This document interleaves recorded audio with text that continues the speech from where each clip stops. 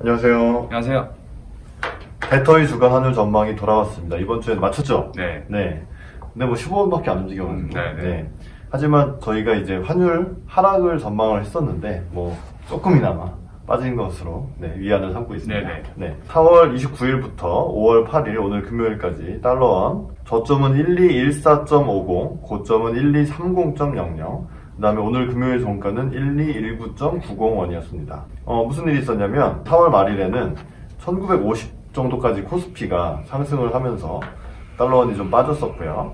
그 다음에 5월 4일에는 좀 많이 올랐었는데, 왜냐하면 코로나19 책임론에 대해서 트럼프 대통령이 굉장히 강한 어조로 중국을 비판을 했습니다.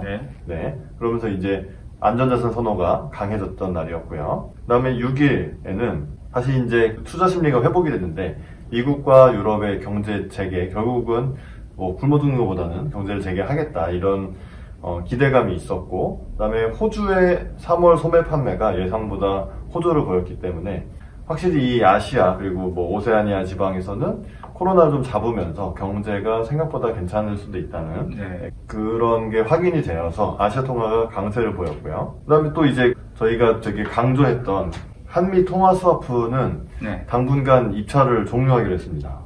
외화 유동성이 뭐 시중에 많이 풀려 있다고 판단을 한 것 같아요. 네, 맞습니다. 그만큼 시장이 안정되어 있다는 얘기죠. 그렇죠. 그래서 달러가 급하게 필요한 은행은 없었기 때문에 요거는 이제 이날을 마지막으로 당분간 하지 않기로 했고요. 그 다음에 오늘은 다시 코스피가 1950 부근까지 오르면서 달러원이 이제 1210원대로 빠졌고요. 약간 예상보다 좀 빠르게 된 것 같은데, 뭐냐면 미중 무역 협상에 대해서 미국 대표인 문우신 재무장관, 라이트하이저 무역대표부 대표랑 류허 중국 부총리가 통화를 했습니다. 그래서 미중 무역 협상 자체는 유효한 걸로 지금 확인이 되어서 잘해보자 뭐 이러고 끊은 것 같아요. 전화를 안 했으면 진짜 싸울려나 보다 했었는데, 전화를 그나마 한 거는 뭐 좋은 재료였던 것 같고, 그 다음에 그래서 달러는 좀 빠지려고 했지만 오늘 하루만 클럽 관련해서 15명 정도 확진자가 나왔다는 소식에 달러는 결국 많이 빠지지 못하고 1220원 선 부근에서 마감을 했습니다. 변동성이 이제 많이 좀 잦아든 모양새고요. 전반적으로 우리나라 이제 금융시장이 이제 주식시장, 이제 외환시장, 금리시장 이렇게 있는데, 금리시장 같은 경우에도 우리나라 국채가 다시 이제 안전자산 지위를 좀 회복하면서 안정적으로 이제 낮아진 기준금리를 살살살 반영하면 이제 좀 금리는 좀 빠지고 있는 그런 추세고, 외국인 수급 여전히 좋습니다. 외국인들이 최근에 계속 국채 시장으로 많이 들어오고 있어요. 그리고 뭐 주식 시장도 일단은 1900 넘은 시점에서는 조금 이제 상승세가 폭발적이지는 않지만 그만큼 대부분 많이 회복을 한 상태고, 이럴 때 전반적으로 시장이 안정이 되다 보니 이제 외환 시장도 환율도 아까 얘기했듯이 외화 유동성도 이제 급하게 필요한 물량은 거의 다 이제 소진된 것 같고, 전반적으로 이제 시장이 안정되면서 변동성도 좀 줄어들고 레인지도 좀 줄어들고 그러면서 조금씩 완만하게 하락하는 그런 모양으로 진행이 되고 있습니다. 맞습니다. 변동성이 줄어든 건 결국은 좋은 뉴스인데, 왜냐하면 이제 큰 손들이 자기들 자금을 왕창 투입하면 정말 손익이 뭐 천문학적으로 변하기 때문에 못하다가 이제 변동성이 좀 줄어들고 시장이 안정을 찾으면은 다시 자신들 자금을 금융자산에 투입할 수 있는 여지가 좀 생기기 때문에 어쨌든 변동성이 줄어든 거는 좋다. 더 이 위험자산 선호가 강해질 수 있다, 이러는 견해가 있죠. 오늘은 어떤 기사를? 결국 여전히 이 더블 딥, 그러니까 W자 모양으로 다시 주식이 좀 빠질 거냐, 주식 기준으로 말씀드릴게요. 아니면은 지금 V자 반등처럼 가고 있는데 더 올라올 수 있을 것인가. 사실 이거는 모든 사람이 궁금해할 수 있을 재료인데, 낙관론과 비관론 사이에서 한번 낙관론 쪽에 있는 기사를 가져와 봤습니다. 연합인포맥스 기사고요. 아트 호건, 미국 증시는 3월 저점을 재확인할 위험이 작다라고 말을 했습니다. 그래서 지금 현재 주식 레벨은 상반기 나머지 이제 5월, 6월 정도에는 이 정도에서 계속 머무를 것 같다. 더 빠지진 않지 않겠는가 라는 기사입니다. 그리고 왜 그렇게 생각을 하냐면, 신규 확진자가 뭐 더 늘어나지 않고 뭐 그 규모가 일정 수준을 현재 상태를 유지를 하면 내년에는 올해보다 좋을 게 예상이 되고, 그 다음에 경제활동 재개가 성공적이 되면서 보복 소비를 자극할 가능성이 커 보인다. 그 다음에 결국 미국은 어떤 위기를 겪더라도 국력에 있어서 상대적으로 빠르게 그 정상으로 돌아올 능력이 있다. 그리고 이번은 금융위기가 아니다. 그렇기 때문에 증시가 3월 달에 기록한 저점으로 가지 않는다고 본다는 얘기죠. 네. 뭐 팽팽하게 이제 낙관론과 비관론이 시장에 맞서고 있는데 둘 다 논리는 있어요. 수긍할 만한 논리들을 가지고 있는데 일단은 이게 뭐 그 어떤 금융시장의 붕괴나 신용시장의 붕괴로 초래된 위기가 아니니까 요 코로나만 잘 매조지되면 경기는 예전처럼 돌아갈 수 있다라고 볼 수는 있는데 오늘 이제 우리나라도 국내 감염자가 4일 연속 0명이 나오다가 네. 그 이태원 클럽 관련해서 1명이 나오고 순식간에 그 사람과 관련된 다른 확진자가 10명 이상 이제 출연한 거 보면서 네. 한편으로는 참 이게 2차 확산을 막을 수가 있는 건가에 대한 의구심이 좀 강하게 좀 들더라고요. 개인적으로는. 그래서 네.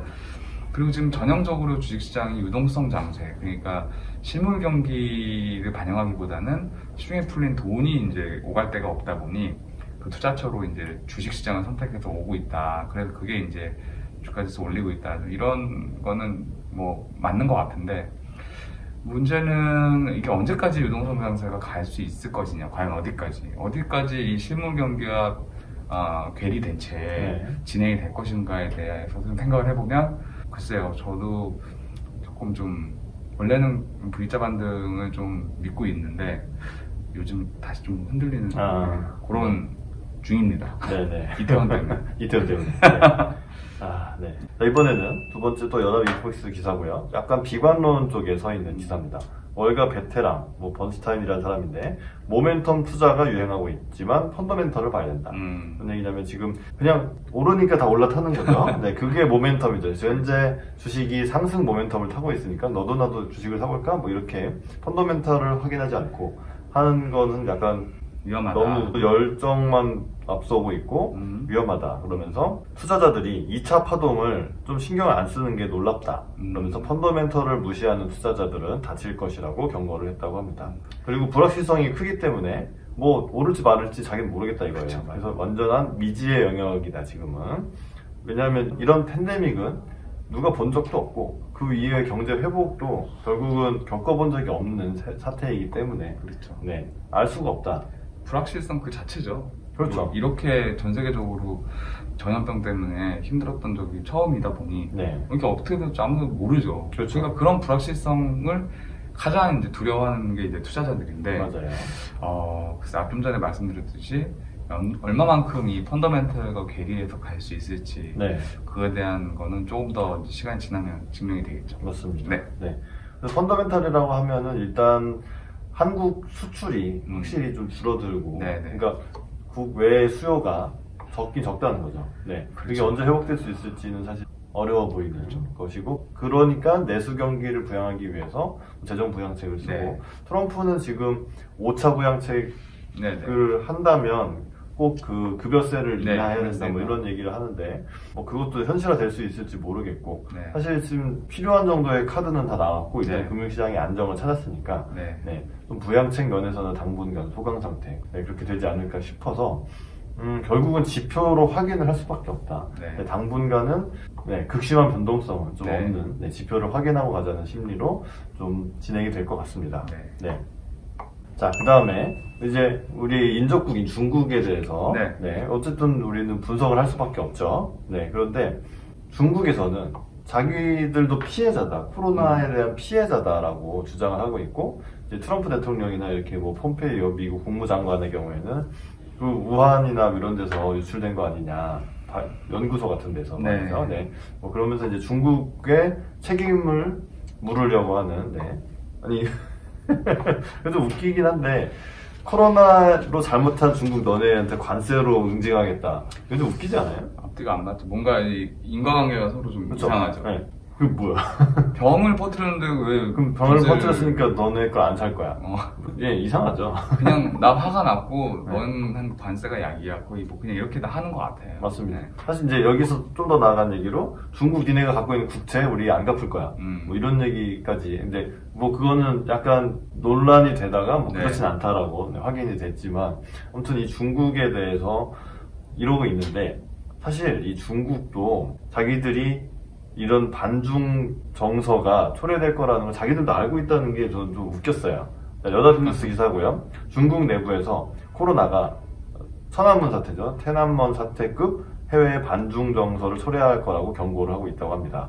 중국 관영 싱크탱크인데 이런 보고서를 시진핑 주석 등 중국 최고 지도부에 전달했다고 합니다. 사실 이 천안문 사태는 정말 충격적인 사태였기 때문에 그때 이제 서방 국가들이 중국에 대한 무기 판매, 기술 이전을 제한하는 등의 대중국 제재에 나섰었는데 이렇게 반중 정서가 중국 바깥의 유럽이나 미국에서 확산이 될 수 있으니까 그런 걸 경계를 해야 되고 최악의 경우에는 뭐 무력 충돌 가능성에도 대비를 해야 된다. 이게 그러니까 자기들이 잘못했다는 걸 안다는 건지 중국이 잘못을 했든 하지 않았든 그 다른 나라들이 중국의 책임론을 뒤집어 씌우려고 한다는 것 자체는 최소한 알고 있는 거죠.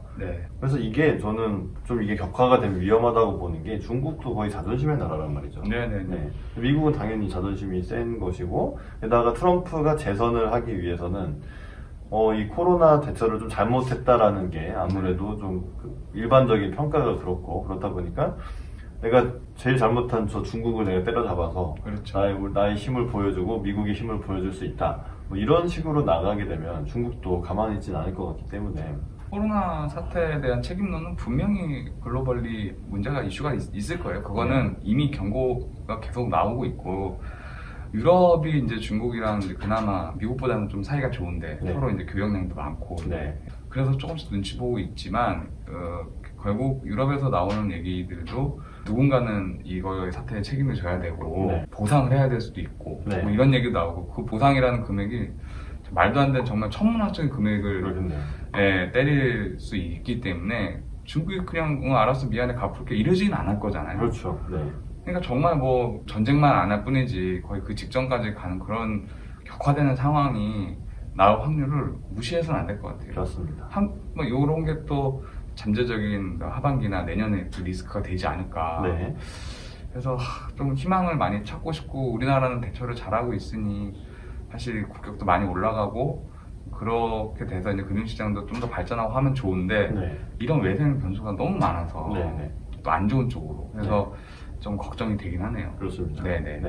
그다음 제가 지금 우려하고 있는 거는 국내 코로나에 대해서도 뭐 약간 루머가 이제 약간 그 뭐 성소수자 이런 집단에서 클럽 그 확진이 발생을 했는데 사실 이게 저는 뭐 신천지랑 약간 비슷할 수도 있다고 보는 게 왜냐면 신천지는 그 종교의 특성상 자기가 신천지라는 걸 공개하지 않는 게 검사 받으세요 하면은 숨어버리고 근데 이게 이 성소수자분들도 아무래도 이제 뭐 커밍아웃이라는 말이 존재하듯이 좀 커밍아웃을 하지 않으려는 그런 숨기고 은폐하려고 할 수도 있을 것 같아요. 그래서 동선 파악이나 그래서 새롭게 좀 클러스터가 되면서 이 좀 알게 모르게 전국에 확진자가 좀 많이 숨어 있다면 그것도 좀 곤란하다 그런 생각이 들어서 약간 걱정이 되고 있습니다. 다음 주 전망 변동성이 줄어버려가지고 호재가 있다면 코스피 시장에 외국인이 약간 다시 돌아오려는 아직 그래도 누적으로 보면 순매도이긴 하지만 변동성이 줄어들면서 약간 상승 여지가 있는 한국 증시를 주목하는 그런 기사들도 좀 있고 했습니다. 그런 면에서는 원화 강세, 그리고 채권은 계속 또 외국인들이 사고 있으니까 한국 국채 말이죠. 그러면서 아직도 이 환율 하락을 점치는 쪽이 좋을 것 같은데 많이 빠지긴 어려울 것 같고요. 그래서 1205원부터 1230원까지 해서 계속 뭐 1210원대에서 1200 혹시 뭐 1210원을 깨고 내려갈 수도 있는 그런 장세를 전망해 보겠습니다. 어떻게 보시나요? 저는 오늘 그 새로운 확진자의 등장이 변동성을 단기적으로 키울 만한 좀 요소는 된다고 좀 생각이 되고 생활 방역으로 전환하자마자 이런 게 터졌다는 게 굉장히 타이밍이 안 좋고 잘 나가고 있었는데 뭔가 찬물을 좀 끼얹는 듯한 느낌이 들어서 일단 주식시장 환율이 요즘은 그 연관성이 높게 이제 움직이더라고요. 근데 주식이 좋으면 환율이 빠지고, 이게 만연한 이제 리스크 온오프 모드로 이제 진행이 되고 있는데, 그런 면에서는 조금 다음 주에 약 상승의 좀 기운이 좀 보인다. 저는 개인적으로는 그렇게 해서 좀 다음 주는 좀 상승 시도하는 장이 되지 않을까. 그렇게 해서 1212원에서 1238원 이렇게 해서 조금 레인지를 높여서 그렇게 좀 예상을 해보겠습니다. 알겠습니다. 약간 저는 아래로 보고 위로 보는 건데 누가 맞았는지는 다음 주에 또 말씀드리겠습니다. 도움이 되셨다면 구독도 눌러주시고 좋아요도 눌러주시고 댓글도 달아주시면 저희한테 큰 도움이 되겠습니다. 부탁드리고요. 저희들의 의견은 개인 의견이고 저희들이 다니는 각각의 은행과는 아무런 상관이 없습니다. 투자는 여러분 개인의 판단에 의해서만 하시는 것이고 저희들의 의견은 참고만 해주시기를 꼭 부탁드리겠습니다. 그러면 대터의 주간 하늘 전망은 다음 주에 다시 돌아오겠습니다. 시청해주셔서 감사합니다. 감사합니다.